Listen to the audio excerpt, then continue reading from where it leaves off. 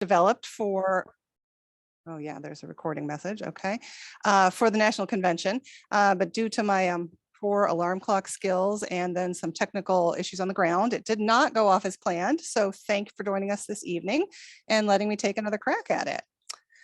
So as the league, we work tirelessly to ensure that everyone is able to vote, but if these votes aren't equitably translated into representation, we've only done half the job.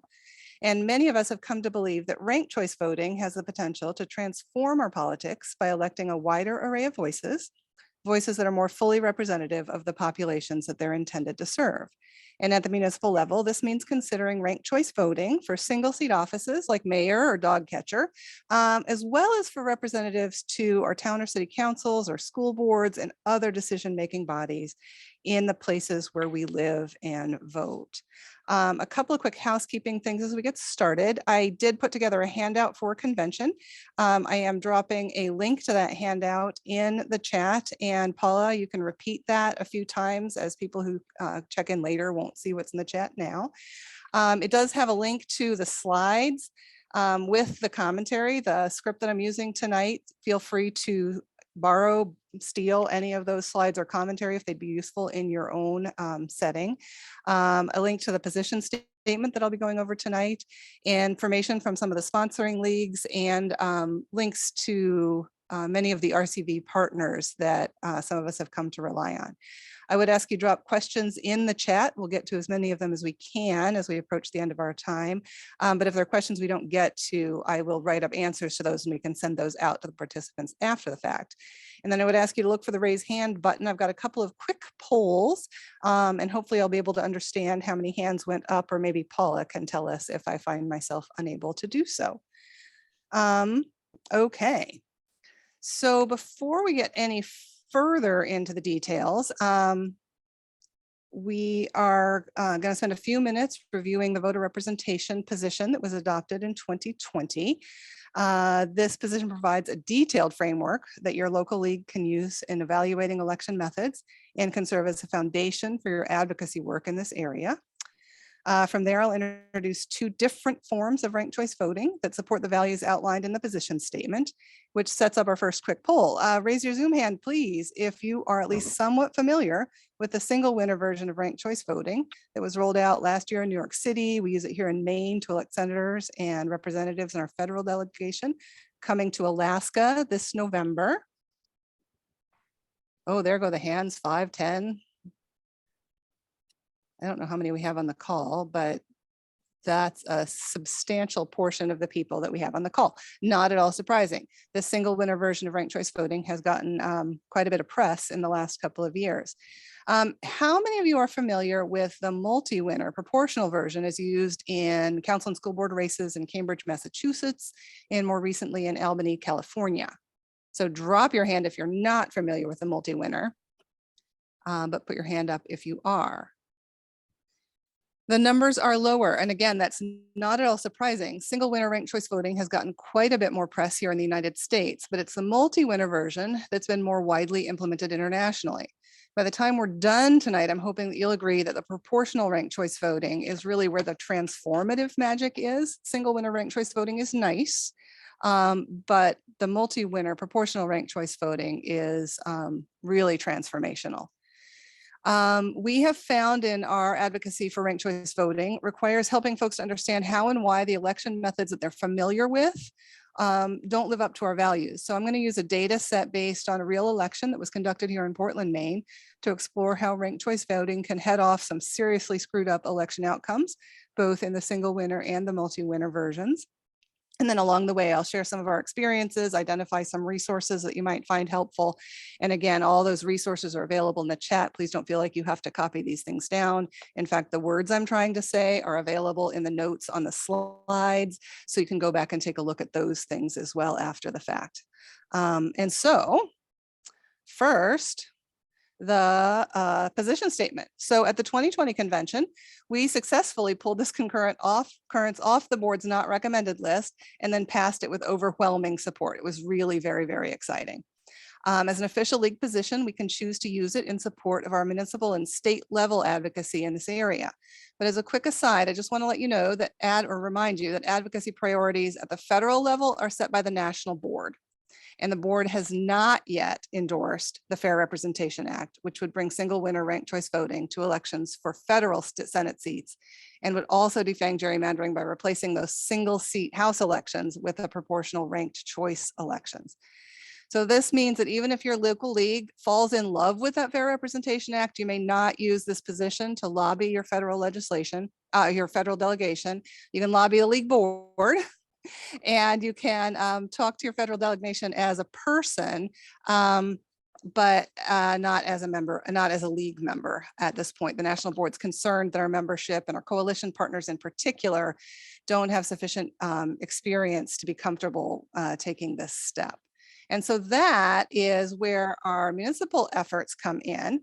There are currently about 50 ranked choice jurisdictions in the United States, up from just 20 years ago. And each additional implementation adds to our national fluency with ranked choice voting and serves as a model for the next campaign. For example, here in Maine, Portland's experience with ranked choice mayoral elections built league capacity that directly supported the successful campaign to bring ranked choice to state races. And in Albany, California, was able to leverage neighboring Berkeley's experience with single winner ranked choice voting in their own successful campaign to adopt the proportional multi-winner version for their city council and school board. And so we hope that your city or town can build on our experiences and that your efforts in turn can inspire the next ranked choice campaign, building up that comfort level as we move along. Now, by design, that national statement does not mention any specific voting method, allowing each league to identify the approach that will best serve their own community. We find that ranked choice ballots allow voters to fully express their preferences, and that two counting methods that we'll discuss effectively translate those preferences into broad representation. This next section of the position provides a framework that your league might find helpful in assessing your current election methods and then comparing them to ranked choice or to other methods that you might want to consider. Now, our common election methods often meet those criteria that I left in black, but you might find that ranked choice provides distinct advantages relative to the ones that are listed there in red. And so we're not going to walk through those. You have them. You can go back and look at those slides. But here, it's actually this little paragraph where I find things get really, really interesting. The league supports electoral systems that elect policymaking bodies that proportionally reflect the people that they represent. This concept of proportional representation is foundational value of our representative democracy. We've got John Adams writing in 1776 that the representative assembly should be an exact portrait in miniature of the people at large. It should think, feel, reason, and act like them. Unfortunately, we don't seem to talk about proportional representation very much, and our common election methods aren't very good at delivering it. But that proportional multi-winner version of ranked choice voting that we've been ignoring was designed specifically to translate those individual votes into equitable representation on multi-seat bodies like our municipal councils and boards. So in our advocacy work, it can be really helpful to point out that this is not a new or untested idea. Proportional ranked choice voting dates back to the 1850s. It actually precedes single winner ranked choice voting. It's been in continuous use in Australia and in Ireland for over a century. And proportional ranked choice voting got off to a pretty good start here as well, with a 1915 adoption in Ashtabula, Ohio. By the 1940s, this reform had spread to dozens of US cities and towns where it was done in by racism and by anti-communist hysteria. You see, by design, proportional election system makes space at the table for minority people and for minority views. If there are enough Black people in your city, a proportional election will elect some Black people to your city council. And if there are enough communists in town, some of them are going to get elected too. And so by 1960, ranked choice elections had all but been eliminated in the United States. But this position statement takes us back also to our league roots. Minutes of early league conventions show that proportional representation became a topic of study as early as 1921 and was voted a continuing responsibility of the league from 1936 to 1942. when it silently disappears from the record, just as repeal efforts are intensifying across the country. So we really lost our way for a little while, a long while there. The League of Women Voters of the United States, right at the very top there, believes in representative government. And so it would behoove us to determine whether our current elections are delivering municipal councils and boards that represent all of our citizens. At the same time, it would be foolish to launch advocacy campaign without preparing for the pushback from those who might have an interest in continuing to exclude some of those minority voices. And then finally, for those of you who might find that your path to municipal ranked choice voting requires an adjustment to state statute, the national position does have you covered. For example, we learned that about a quarter of Maine municipalities are governed by local charter, and those communities are able to consider ranked choice voting through charter amendment process. All of the other towns in Maine are governed by a state statute that required plurality elections. So our League Advocacy Committee used this position, this part of this position, to draft and pass legislation modifying the relevant statute and allowing the other communities in Maine that additional flexibility. Rank the Vote, one of the partner organizations that is listed on the handout, and we can drop the link to the handout one more time for folks who are coming in a little bit later. They actually have produced a very useful worksheet that'll help you find your current election rules. So you can figure out what it is, where it is that you'll need to change them. The worksheet also includes a bunch of questions to help you determine whether your current election equipment is RCV ready, identifies a bunch of other issues that you might want to consider as you plan for ranked choice voting in your municipality. And here in Maine, we're adapting that document to our Maine specific situation where we know some of those answers for everybody, so that we don't need to send each and every community down that route of trying to figure out where the rules are, where they need to look for the rules, and what they might need to do. But I can't answer those questions for the rest of you because you're in different states.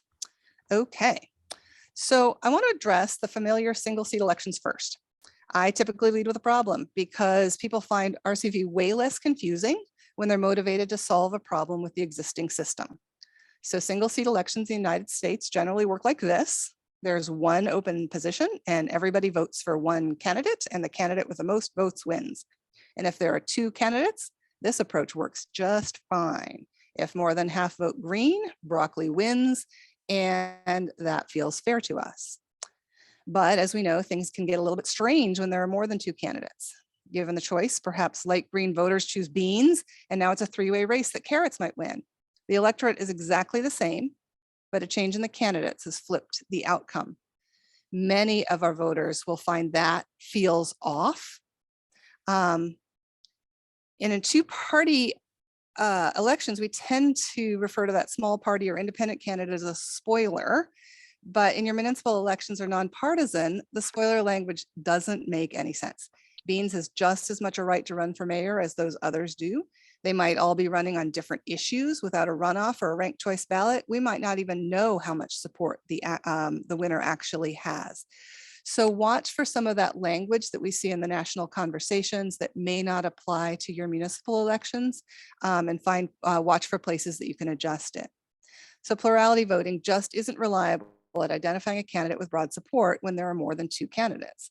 But a ranked choice ballot lets each voter provide detailed information about their preferences that an election official can use to support a series of runoff elections that do reliably identify a candidate with broad support, even in a very large field.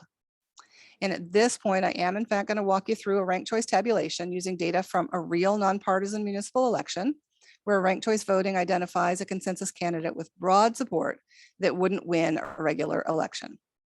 I've replaced candidate names because those candidates don't need to live in a ranked choice example for the rest of my life, and because the vegetable names can help us to keep track of some of the candidates with similar priorities. A couple of disclaimers before we dive in. First, you are never going to go into this much detail with your general voter education work. You will want your league members, election officials, and other partner organizations to develop a deep understanding so that they're able to accurately respond to questions in both the advocacy and in the implementation phases. And I want all of you to leave this workshop confident that those RCV results tables, which might have initially look overwhelming, can be broken down and described in a meaningful and accessible way. And second, I want to assure you that I'm not intending also to walk through a multi-winner tabulation today. It isn't any harder, but we'll save that for another webinar if folks are interested. All righty, here in round one, we've counted up all the first choice votes. And I want to point out that if we used a regular ballot, this is all the information that we would have. Broccoli would be declared the winner with just 24% of the vote. We wouldn't really know if all those other voters oppose broccoli or if they just liked somebody else a little better. And I expect that most of you have one or more local examples that you can use to scaffold your advocacy work. Here in Maine, we found that a statewide governor's election with a 3-candidate governor's election really galvanized a lot of people's interest in single winner ranked choice voting. In a ranked choice contest, we're going to use those voter rankings to conduct a series of runoffs, eliminating one candidate at a time until we can identify a candidate with majority support among the voters who have expressed a preference between the candidates still in contention. Now, in this case, nobody has that majority support, so we're going to eliminate Kale, and we're going to transfer those 421 votes to each individual voter's second choice. Initially, election officials did this by hand. They sorted those Kale ballots into stacks, counting them and adding them to the first choice totals of the other candidates. And this does remain a viable option for small elections and for recounts of close elections. But in most modern RCV contest, ballots are scanned and election management software generates a spreadsheet with one line for each ballot. This is a spreadsheet that we call the cast vote record. I'm looking at an election with 8,711 ballots. And so the cast vote record has 8,711 lines. And then specialized ranked choice software then applies the ranked choice rules and produces a results spreadsheet listing the vote totals after each round. Now, this is where some people are going to panic because it feels like a black box. Can we trust the software? And before any of my fellow election security nerds panic, it's not as bad as it sounds. The Ranked Choice Voting Resource Center, they're also on the handout. They've got open source, freely available software that a lot of jurisdictions are using to tabulate their RCV races, but we don't have to trust them either. When Maine ran the first RCV race, at least 3 different people wrote their own software to check the Secretary of State's work.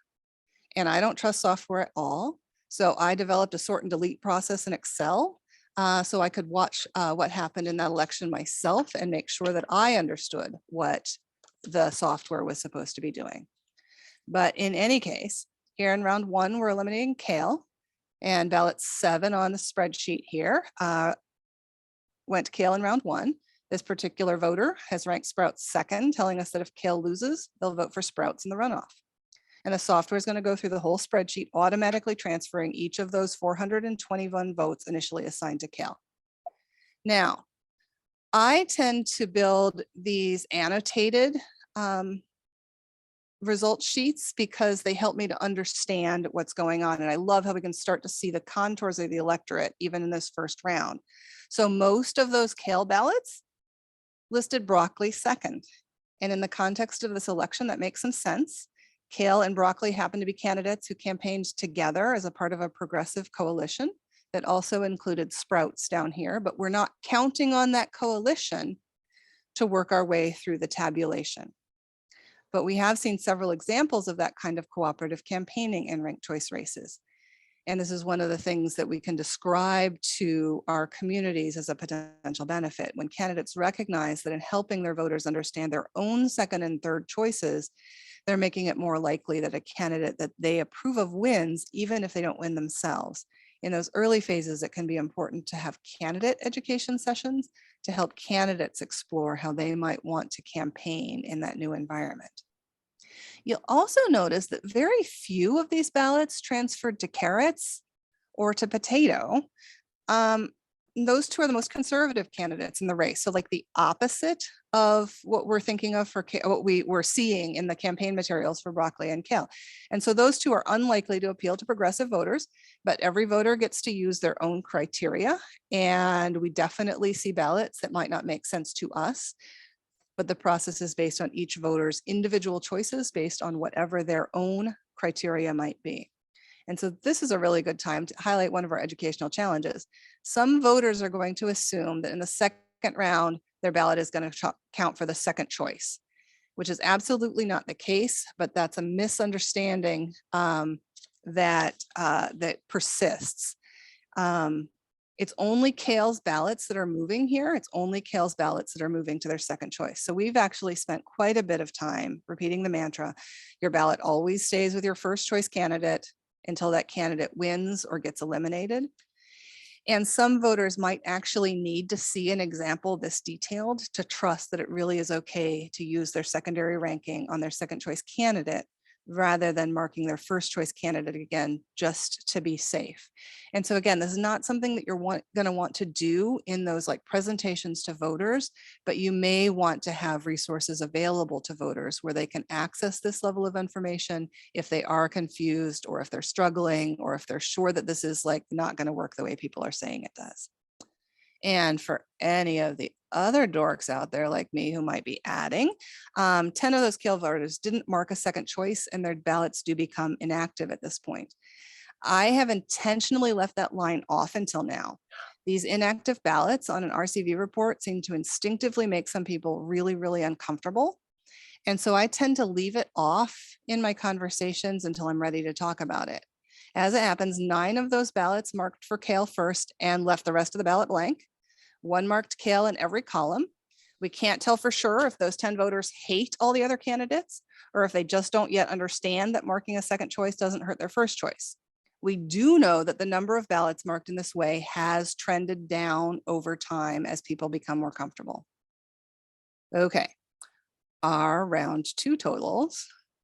And I promise we are going to speed up. We're not going to go this slow through all of it, but there are a couple of points that I just want to highlight and help people to see here in the early phases. So our round 2 totals show Potato here in last place. And we're going to transfer Potato's ballots in the next runoff round. 4 of them came from Kale. And so those are ballots that are now transferring to the voter's third choice. In addition, 5 of our Potato voters ranked Kale second, and Kale is already out. So those ballots also are going to go to their third choice. This all happens automatically, and very few people are going to want to understand this level of detail. But in public presentations, people will ask questions, and you want to ensure that your presenters are fluent enough that they can comfortably answer these questions so that folks aren't left with the impression that this is all so complicated that nobody can understand it. All right. So again, the software is doing this all at once. Nobody's rescanning ballots. Nobody has to do anything between rounds. We've heard voters worry and complain about each of those things. And I always make sure that if I am walking through a tabulation this way with somebody, that I'm reminding them as we go that the software is going to do this all automatically and it's going to do it very quickly. All right. So these round 2 vote transfers are essentially the opposite of what we saw in the first round, with carrots picking up the bulk of the votes and broccoli getting very, very few. Carrots and potatoes, remember, are the most conservative in the field. They didn't campaign together, but the voters who like one seem to have noticed that the other has similar priorities. So again, this isn't relying on the candidates forming coalitions and campaigning together. The process works whether that happens, like we saw in the case of the progressive group, but it also works in the case where the people are simply using similar messaging and voters might rank one first and another one second. You might also notice that a larger fraction of the potato ballots went inactive, which is another opportunity to highlight an advocacy challenge. You might find individuals or organizations actively spreading misinformation. So in Maine, the Republican Party has opposed ranked choice voting from the start. And several prominent Republican candidates have explicitly asked their supporters not to mark a second or third choice. And so here we're seeing the effects of that party activity playing out on the conservative edges, even of a non-partisan race. So those things matter. And when we can get access to the folks that are upset, when we can start to explain some of the ways that this can work for them, we can slowly start to see some of that opposition decrease. Now, I also want to point out that beans and peas here in the middle are actually getting votes both from the progressive Kale and also from the more conservative potato, indicating that voters might be seeing them as more centrist candidates. And again, this is not something that those candidates were talking about, but if you look at the positions and the things that they were talking about on the campaign trail, you do find that those positions stand somewhere between the progressives and the more conservative candidates. All right. And then, where to go? Oh yeah, there it is. Sprouts goes out next. And most of those votes go to, or did I miss that? No, I went one further. Okay, Sprouts goes next. And most of those votes go to Broccoli, which again fits with that progressive coalition. But our centrists picked up quite a few as well. There were a bunch of ballots where people voted for maybe 2 of those progressives, but might not like the 3rd. And we see them voting for a centrist candidate next. You'll also notice that I've dropped the annotations here really for space, but our grid now looks more like a standard ranked choice report. Simply listing the vote totals like this round by round may not be enough for the average voter to make sense of what's happened. So you might want to prepare your league or your local election officials to generate a more annotated tabulation. There's also a variety of graphical displays of ranked choice results, and several of the support organizations listed on the handout have resources on their websites. That's sort of a field that's moving. I'm not really finding things that I feel are working in all settings, but there's a lot of progress being made there. Okay, and then where am I now? Yes, okay, I'm lost. Okay, so then peas. So yes, here we are, peas. And beans picks up enough votes to actually pull ahead of carrots. We still don't have anybody with more than half of the active votes. We're not done, but it's worth pausing to point out that this is ranked choice voting actually doing the work of consolidating votes around the more broadly supported candidates and illustrating the relatively thin support of carrots among voters who didn't select one of those conservative candidates as their first choice.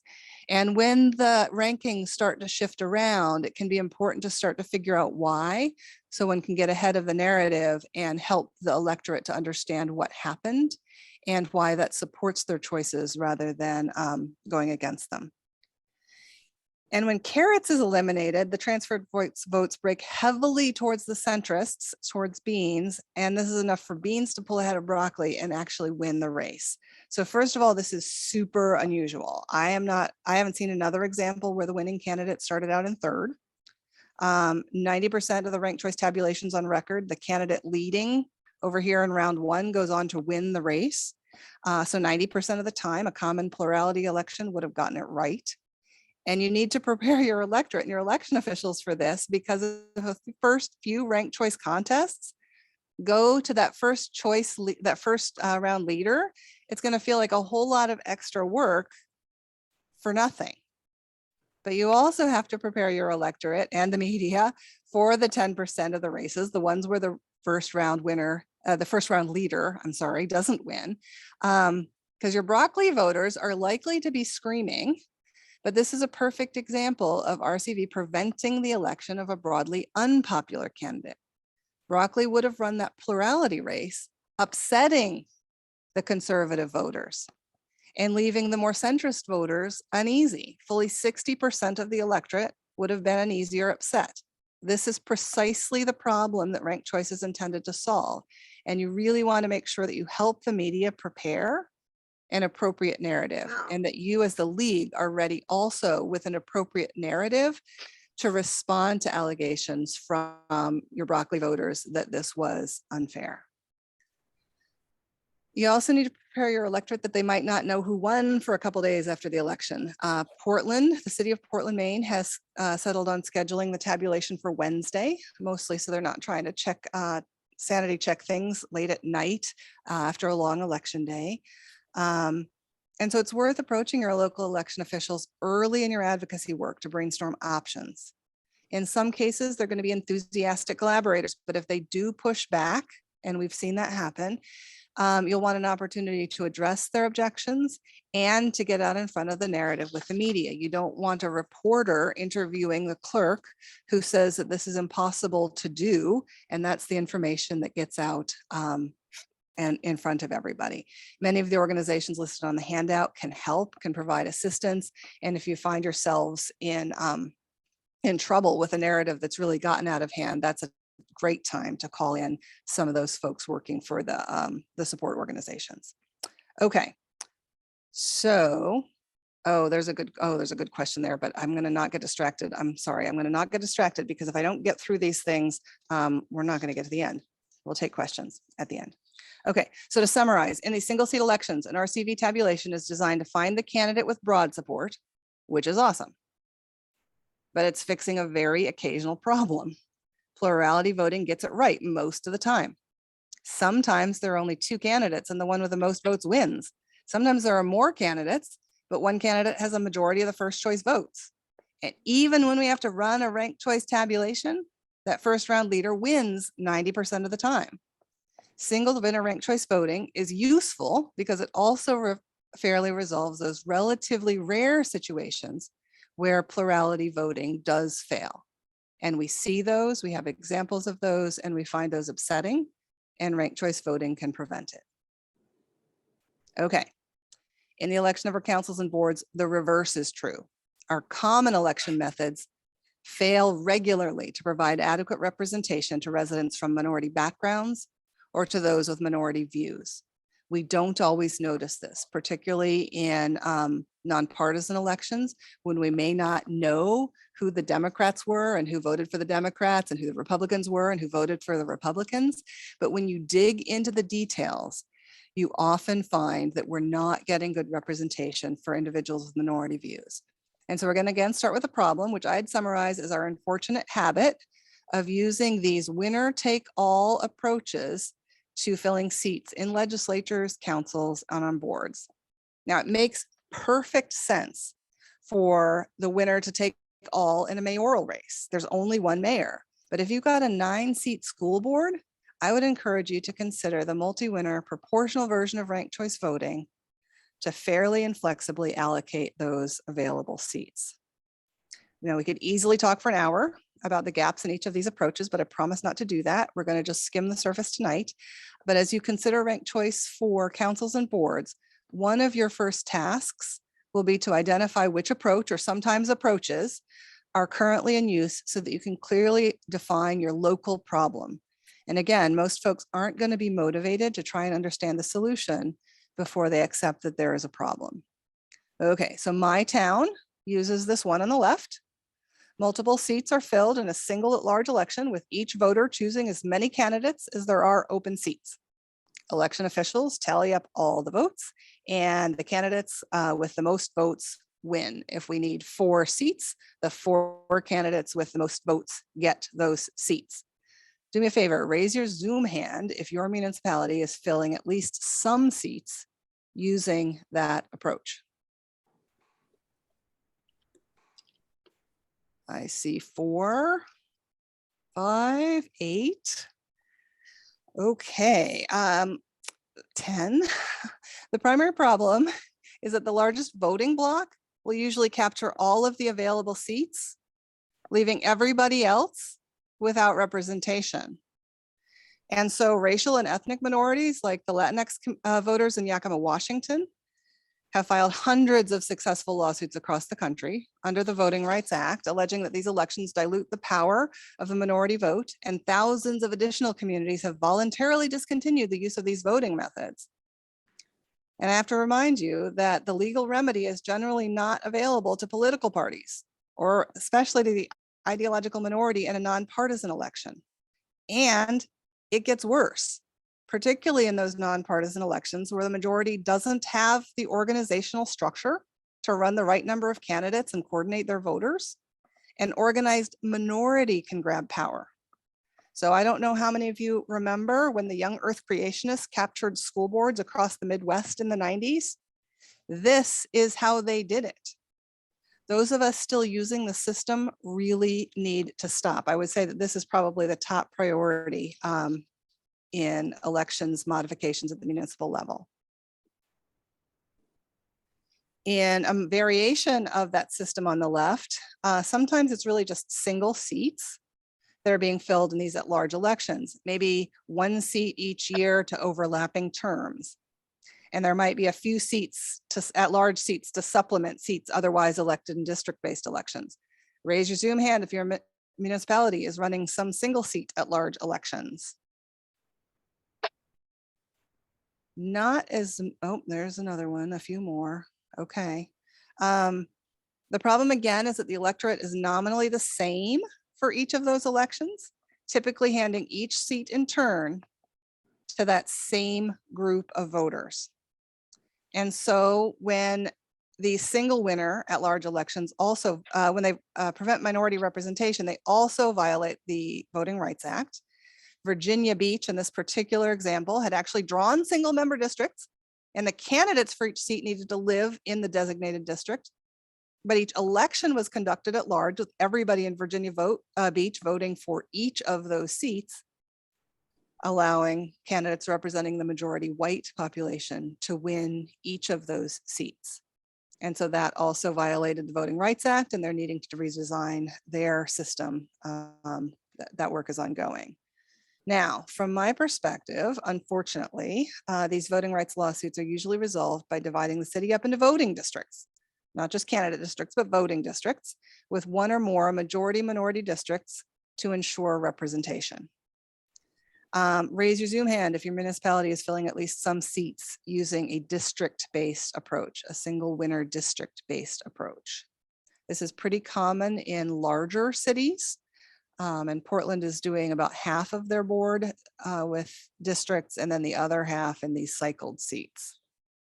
All right, don't get me wrong, this approach has been enormously successful in increasing the number of Black and brown people elected to councils and boards from which they'd been previously excluded. But there's a catch. The minority population has to be sufficiently segregated that they can actually be drawn into a district that a minority candidate can win. There's something deeply twisted about a situation in which housing desegregation effectively prevents minority representation. And again, there's typically no legal protection if the excluded minority is ideological rather than distinguished by race or ethnicity. I have recently discovered that the New York Times gerrymandering game is a really useful platform for exploring the shortcomings of single member districts. And I've actually spent more time than I probably should with this. Hexapolis must be under some sort of a court. Oh, there's a link to it in the handout, so you can play too if you want to. Or if you want to use it in your own work. So Hexapolis must be under court order because we're required to draw 2 districts that are majority minority. Our minority voters are the ones with these heavy outlines on their hexagons. But there is absolutely nothing to stop Team Yellow from ideological gerrymandering. And in a nonpartisan election, we'd be hard pressed even to prove that the districts are unfair. Now, when I play Hexapolis, I never fill in the final district because then they all cover over as only yellow and I can't see which voters I've left in what place. But this last one, of course, looks like a purple district as well. In Hexapolis, yellow is the minority, but I can draw 7 of the 9 districts for yellow if I work hard enough. Now, the game is going to tell you that you've left your party down. If you're not muted, if you could mute, that would be super helpful. So the game's going to tell you let your party down, but it's pretty fun to draw a fair map to figure out how many seats each color and majority minority distinction should be able to pick up. But it brings up a whole host of additional issues. First, in choosing to draw my majority minority districts where I did, I relegated other minority neighborhoods. So there are actually several on the map. But they're going to have to accept minority representation elected by the folks who are in our minority districts.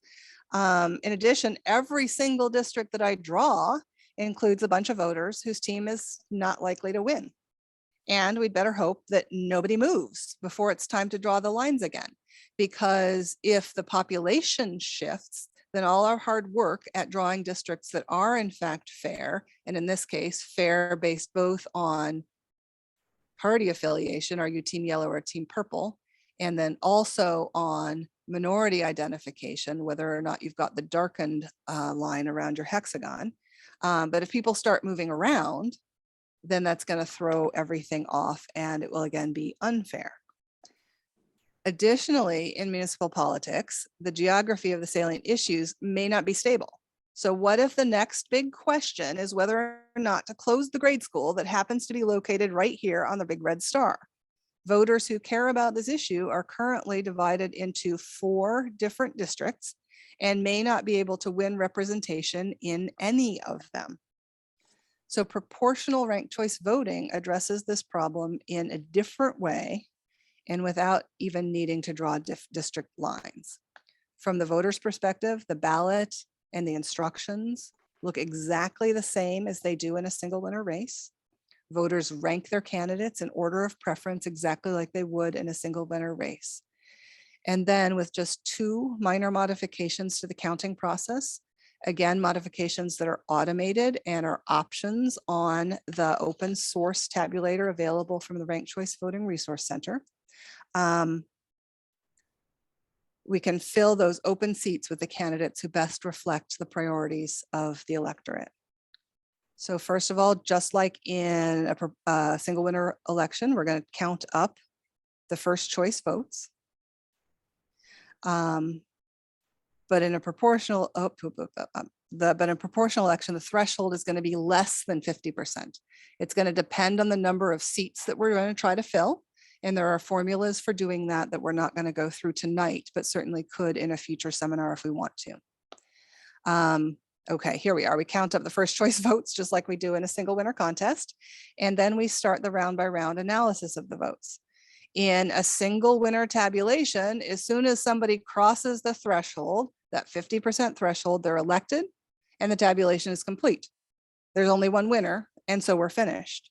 But in a multi-winner race, we redistribute any excess votes that the winner may have. So if the threshold was 500 votes and the winner has 550 votes, we're going to reallocate 50 votes. It sounds bizarre at first, and we don't have time to play around with it tonight, but it's an important part of distributing the available seats as proportionally as possible. If we don't have a winner, we redistribute the votes assigned to the lowest ranking candidate, just like we do in a single winner race. And the cycle continues until all of the seats have been filled.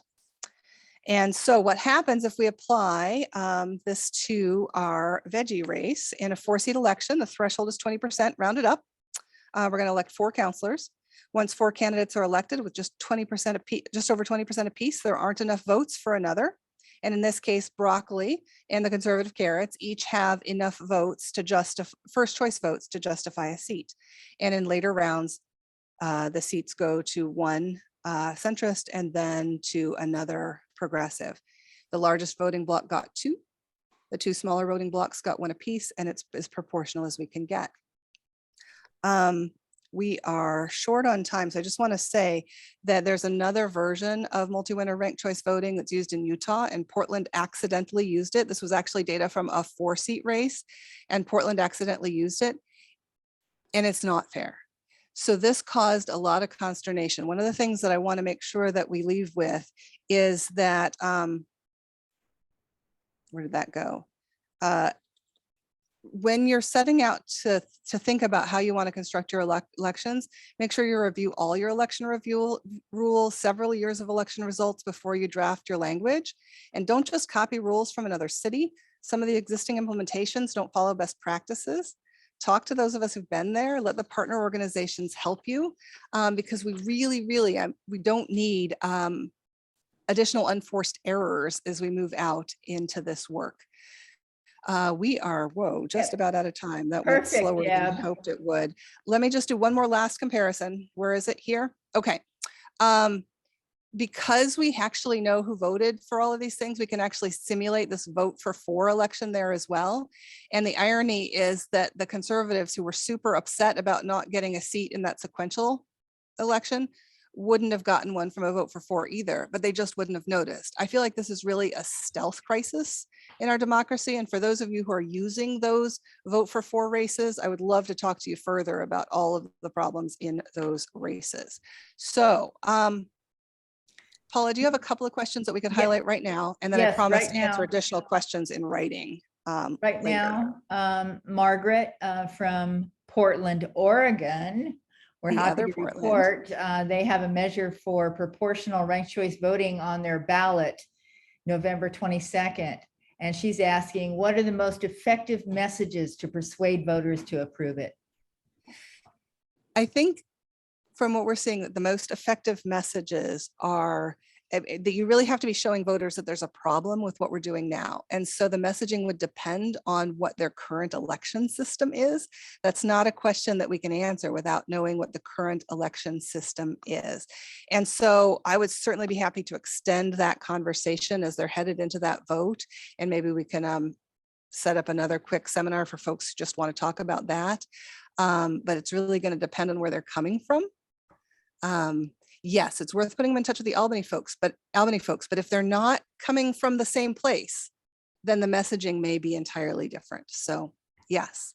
What was the next question? Bruce wants to know if your Excel spreadsheet can be shared with those that want to try it. Is that in your handout? Oh, that's not, but absolutely. I can, I'm going to have to dredge up that. What I have there is a set of instructions that walk a person through step by step how to tabulate that race in Excel. So yeah, I've got that and can put your contact information in the chat and he can contact. Yeah. Oh, my contact information is also on the handout. So let's just drop in the link to the handout one more time. My contact information is there, and I'm happy to answer more specific questions by email if folks have those as well. What's next? Linda from Ranked Choice Voting for Colorado just wants to note that they have found that limiting audits have been confirmed to work well for proportional ranked choice voting. For proportional? Yeah. For single winner, yes, but for proportional, I would love to see that data. Okay. The last time I talked to Vanessa, that was not the case. In the chat, she has a link, so you can see it there. Okay. I will look for that when I grab the chat later. Excellent. That is really good news. And Irene wants to know if all the second, third, and fourth choices are made public after the election, even if it only goes to 2 rounds. That depends on the jurisdiction. So in Maine, our election officials have been publishing that cast vote record. And so any of us can go in and look at that cast vote record and can get that kind of information. I don't know if that's the same rules across the board. But I would encourage, as you're moving into this, I would encourage you to ask election officials to commit to releasing that cast vote record, because that's what gives us the ability to check the tabulation work and to make sure that we can understand what's happening and why, that we can look for discrepancies in the data, that we can prepare for risk limiting audits and the kinds of things that we might want to do to check that more deeply. And on that note, Elizabeth Anderson says, why do the results take longer if software programs tabulate instantly? Yeah, so once you hit go on the software, it's instant. But most jurisdictions are finding that it takes them at least a little bit of time to make sure that they have a spreadsheet that actually has all the votes. That might be easier if you're in a small community where there's a single tabulator and you pull the data off of a single tabulator. But if there were multiple tabulators and you're needing to pull the data off of 3 or 5 different tabulators, New York City had, I don't know, hundreds of different tabulators that they were getting the data off of. It can take some time to make sure you've uploaded all that data. And as New York City showed us, it's always worth checking to make sure that the data set that you're working with has the same number of votes that the jurisdiction has been reporting. And that when you push go, you're working with a quality data set. And so Portland has actively chosen not to do that tabulation on election night. They have all of the data collected on election night. They're using that data to report on first choice, the round 1 results, and on other races. But they're waiting until the next morning. So it's not, so that it's not tired people trying to make sure that they've got the right spreadsheet before they push go. And Linda again is reminding us, Linda from Ranked Choice Voting for Colorado, that another name for proportional ranked choice voting is single transferable vote, STV. And Linda, you have some great resources that you put in the chat. Could you say what they are? Like, instead of just the URL, just say what it is. for people. Oh. I think that would be helpful. And Linda again is recommending Lee Drutman's Breaking the Two-Party Doom Loop, his book, which is a good one. Okay, we'll share the handout again, the link for the handout. And I do see somebody saying it's view only. I'll look in there and see if I can figure that. I think you should be able to print it. I just didn't want people to accidentally like delete parts of it or something. So I didn't give you access to edit it. But certainly if you have questions about things on the handout, let me know and I can make adjustments to them. But I hope that you would be able to print it. Online, you'll have access to those hot links. We have a good suggestion from Carol Watts in California. She thanks you for the presentation and also asked you if you could update the one-page handout with a link to this recording. Oh, so as soon as we have a link to this recording, I would be happy to do that. So when a person goes back to this handout, that the link to the recording would be there as well. And we rushed through those last couple of slides. So some of those extra comparisons, there's more detail about that in the comments underneath each of those slides, particularly folks that are coming from a vote for 4 system. Or vote for N. Okay, system. and then we had some hands up. Linda Napier. Do you have a question, Linda? I was probably just still up from before. Sorry, I made everybody raise their hands over and over again, and that leaves us all in an awkward spot. Okay, I'm just checking to make sure that we don't have other questions. Any hands raised? Please raise your hand. Is that Bruce? Yes. Bruce. Maybe I'm misunderstanding, but if we're saying that plurality voting gets it right 90% of the time, then doesn't that make it hard to sell RCV? It might, but the times it doesn't get it right are pretty dramatic and people get really angry and it's a really big deal. And so you might have a hard time selling RCV if you haven't had any of those races with a third candidate and somebody wins with 38% of the vote or something like that. But as soon as you have one, you want to be ready to jump on it. Because as soon as you have one, people are going to be ready to implement single winner ranked choice voting. Deb, could we see you now? Stop the screen. Oh, yeah, of course. Well, maybe if I can figure out which button to push. Okay, here I am. Is that better? I see you. Oh, so I see the question this side. Does it matter whether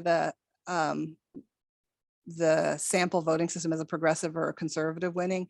So the group that's going to be leery of ranked choice voting is whoever feels like it robbed them the first times it happened, or whoever feels like they were the ones that were being slighted when everybody ran off to want to have ranked choice voting. And so in Maine, that's been the Republicans. The energy for ranked choice voting came from a 3-way governor's race that was won by a Republican with 36% of the vote. That's just a fact. That was the instigating event. In my mind, unfortunately, the first time ranked choice voting did its work, it allowed Jared Golden, a Democrat, to win that 2nd congressional district seat when Bruce Poliquin was leading in first choice votes. And so the Republican Party that was already leery jumped all over that. Unfortunately, the recent Portland experience where they ran a sequential single winner race rather than a proportional race for a 4-seat, their first multi-seat ranked choice race. That's what Utah is doing. If you're from Utah, I don't understand why. I don't recommend it. Please, please, please don't copy Utah's rules, because that hands the seats over and over and over again to that same group, the group that has the most people. I mean, it's even better at it than the systems that we're trying to get away from. And that essentially took a seat from the most conservative candidate in the race. And from my perspective, that was wrong. That system works that way. It was the only system that they could use because of the way that their charter, like the rules of single winner ranked choice voting are baked into their charter. They forgot they had these multi-winner races, and they were faced with a multi-winner race and single winner rules. So yeah, I'm seeing off to the side that the Republicans loved ranked choice in Virginia. So it must have been the Democrats who are being split there. And so from where I sit, it doesn't benefit one party over another party. It prevents a party that doesn't have a majority from, I guess, accidentally winning races when the larger group splits. And so it solves those problems. And gosh, I wish that we had had a race turn around the other way before we had a race turn around toward a Democrat, just because of the dynamics within the state of Maine. Your dynamics are going to be whatever they are. And do what you can to sit down with the folks that feel like they're being robbed. But that's always going to be a challenge. Anytime we're changing election systems in a way that takes away an advantage somebody has had before, somebody who has had that advantage is going to be upset, and they're not going to want that to happen. So I think we're going to see a lot of pushback from both Democrats and Republicans as we start to roll out multi-winner ranked choice voting, because that makes room for third parties. That makes room for independent candidates. That takes away this two-party duopoly that we've been dealing with. And I don't think we're going to get a lot of support from either the Democrats or the Republicans across the board as we start moving in that way. And that's where doing it in nonpartisan municipal races first, and getting that experience and seeing that fairness in those municipal races is going to help bring the electorate to a place where they're really ready to push for multi-winner proportional ranked choice voting in races that do have party alignments. And that's where the league really needs to be, in a place where we're working for voters, what's best for voters. And wasting votes is something that contributes to a lot of apathy. And so if we can represent more voters and reduce the number of wasted votes, I think voters will be a lot happier. And these advanced systems are designed to do just that. So Deb, thank you very, very much for this presentation. And if you'd like to create another one, or anyone else out there would like to participate, we do these about every quarter. If you're not on our list, if you got this, you probably are on our list, but let us know if anyone wants to be added to it. And we will record what we are recording, and we'll send out the link for the recording. Thank you. Thank you, Paula, for coordinating, and thanks to those who came and the great questions. And if there are other questions that I find here in the chat, I'll send some messages out in the next couple of days. So thanks, folks.